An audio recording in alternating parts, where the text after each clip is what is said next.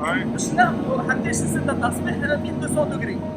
1200 دوغري نحلوا السيلول هذه تسمى هي سيلول d'enfournement mais aussi c'est la cellule de toyage. Et on met ce matériel là pour commencer à produire. Donc le procès c'est un procès 100% manuel, il n'y a aucune intervention magique de la pièce. Donc d'abord on va نعملوا للاخر نشوف comment procéder.